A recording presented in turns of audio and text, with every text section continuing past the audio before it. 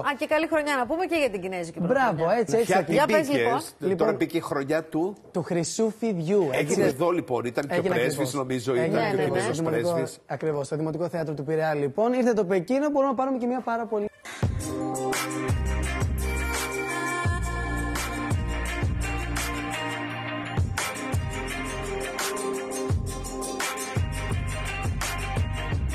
Η Κινέζικη πρωτοχρονιά έχει γίνει παγκόσμια πρωτοχρονιά, είναι επίσημη αργία στον ΟΗΕ και έχει γραφτεί και ως άειλη πολιτιστική κληρονομιά στην UNESCO.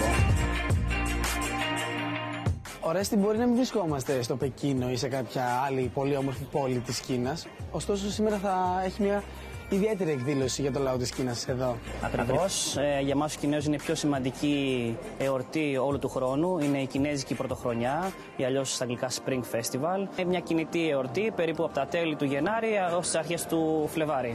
Ποια είναι εκείνα τα ιδιαίτερα σε εισαγωγικά έθιμα που έχετε στην Κίνα και ξεχωρίζουν από τον υπόλοιπο κόσμο?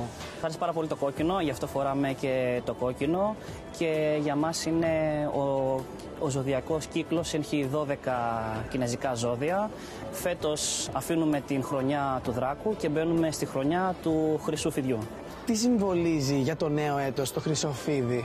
Θα είναι μια ευίωνη χρονιά και ελπίζουμε, όπως το φίδι είναι ένα πολύ σημαντικό ζώο και για τον ελληνικό και για τον κινέζικο πολιτισμό. Εξάλλου, ο Ιπποκράτης και σε όλα τα φαρμακεία κρατάει 2 φίδια.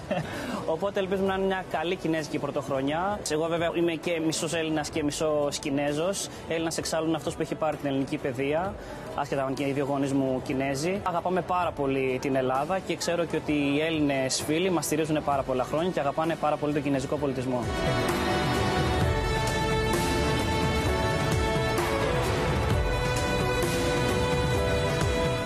Ποιο φαγητό είναι εκείνο που ξεχωρίζει στο δικό σας τραπέζι? Ειδικά την παραμονή της πρωτοχρονιάς και το νέο έτος τρώμε dumplings. Ουσιαστικά όλοι μαζί είναι κάποια πουγγάκια που μέσα έχει και κρέας και λαχανικά και όλοι μαζί στο εορταστικό τραπέζι κάθονται όλοι τριγύρω, από τους μεγαλύτερους μέχρι τα νέα παιδιά.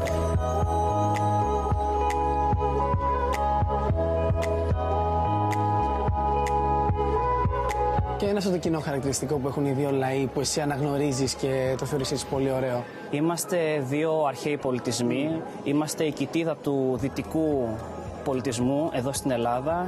Αντίστοιχα του ασιατικού πολιτισμού είναι η Κίνα. Μια μεγάλη ιστορία χιλιάδων χρόνων και έχουμε εξάλλου και πάρα πολλά κοινά στοιχεία.